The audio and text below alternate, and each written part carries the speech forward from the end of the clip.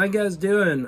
Just got back from the Let's Go Fishing show in Collinsville, Illinois, and one of the common questions I got asked a lot by the high school anglers is just how you go about fishing as a co-angler. A lot of those kids, they're getting ready to fish, move to the next step, and they're wanting to get involved in some of the bigger tournaments like the BFLs and the Toyota Series tournaments, and they're probably going to get their start fishing as a co-angler. So got asked, how do you go about fishing out of the back of the boat? So over my fishing career, I feel like I was pretty successful fishing as a co-angler, and I'm just going to share with you guys some tips and kind of that philosophy I had when I was doing it on my approach and things that I really paid attention to when I was fishing as a co-angler. So one of the biggest things you got to figure out when you're fishing out of the back of the boat, and it doesn't really matter if you're fishing team tournaments or if you're fishing say in a pro-am event, is you need to figure out the pace that your boater's fishing at.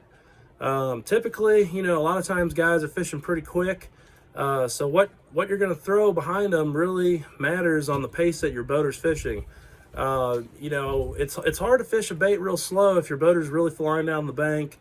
But there's a couple different tricks that I used to do in order to present things a little bit differently, while fishing out of the back of the boat. So one of your number one baits as a co-angler is definitely going to be some kind of a Carolina rig or a split shot rig. Over the course of my fishing career, I caught a lot of fish on this setup, just fishing as a co-angler. I used to take a little 1/4 ounce weight and a swivel, and I would just rig up something like this Bait Cave Customs, baby cave hog here. And this setup here caught a lot of fish. A lot of guys, when they fish a Carolina rig, they think of throwing a heavy weight. This setup here was real deadly for me when I was fishing out of the back of the boat anytime we were less than 15 foot deep.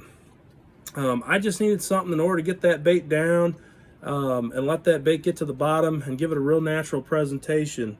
And the cool thing about a Carolina rig is that you can throw this bait out there and just kind of sweep your rod and let the boat do a lot of the work when you're fishing out of the back of the boat.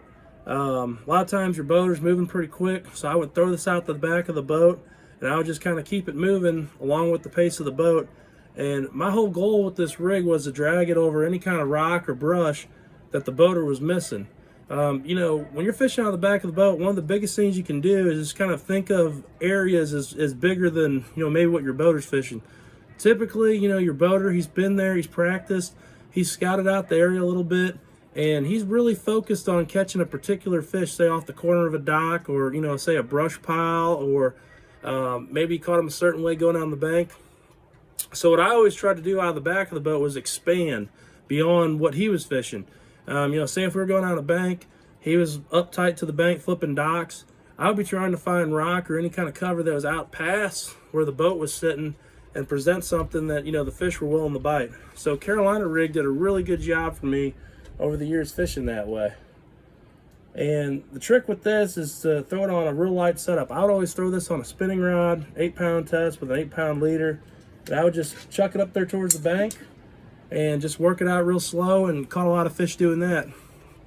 Another technique that I really liked out of the back of the boat was throwing a crankbait. So this is an Arky 350 series crankbait here, a medium runner.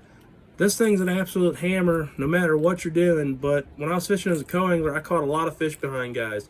And the whole principle of throwing a medium running crankbait was the same as with that Carolina rig. A lot of times guys were fishing, down a bank, they're flipping docks or fishing things in particular that, they knew were there.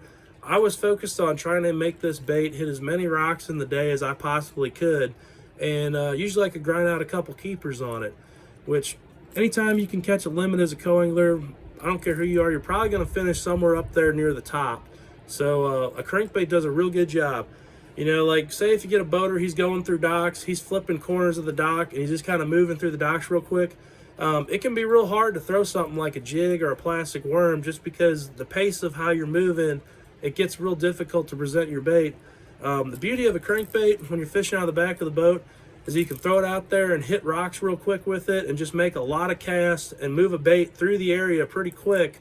Before your boater moves on, and so it allows you to make a lot of presentations quickly behind the boat.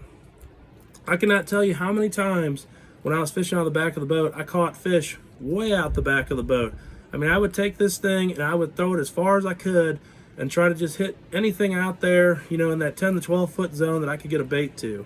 So a crankbait is something that you definitely need to have if you're fishing out of the back of the boat and fishing some of these Pro-Ams.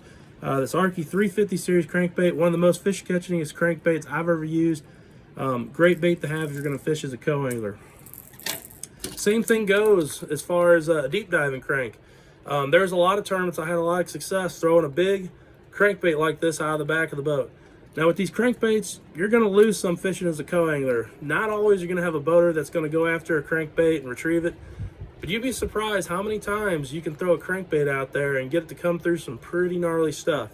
A lot of times I was fishing, my boater, he'd be fishing up shallow, more towards the bank. I'd ask him, I say, hey, do you care, you know, if I bomb this crankbait out the left side of the boat towards deeper water? And most of the time, you know, they had no interest in fishing, you know, anything else than what they were fishing. So I would make fan casts all out the back of the boat, out towards the deeper water. And I could not tell you how many times I would find something away from the boat, whether it be a brush pile, a stick, some rocks, where I would roll this crankbait over the top of it, and I'd catch a really good bass doing that. So, you know, a lot of guys don't sleep on the deep diving crankbaits. Say if you're fishing as a co-angler, fishing out of the back of the boat, can be a real good tool at getting a bait and covering a lot of water out in the deep, where maybe your boater's not fishing. Lastly, guys, we're going to move into some of the slower techniques.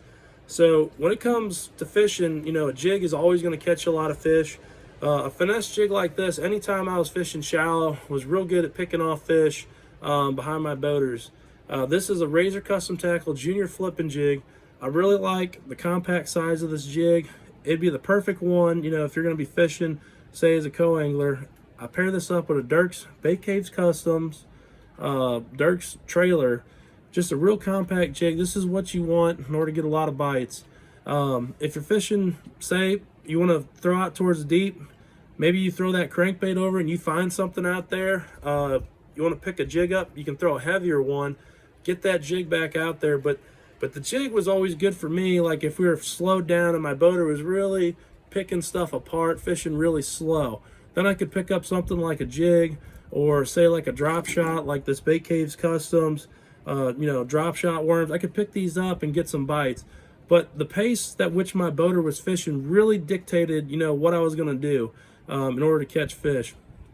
If your boater's moving slow, you can throw a drop shot, you can throw a jig and catch fish.